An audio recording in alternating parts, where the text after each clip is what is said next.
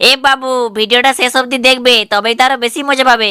ভুলতে চাইছি তবু কেন যে পারি না, ভাবিনি কখনো আমি আমারই পোষা পাখি বাসা বাঁধিবে আজ কেন অন্যের বাসায়। গ্রিন সিগন্যাল তুই ছিলি মোর জীবনে, লকডাউন কেন এলো কারণে, বোকা স্বপ্ন কষ্ট দেয় মনের খাতায়, নোনা বৃষ্টির ঢেউ। হ্যালো বন্ধুরা, তোমরা সবাই কেমন আছো? আশা করি তোমরা সবাই অনেক ভালো আছো।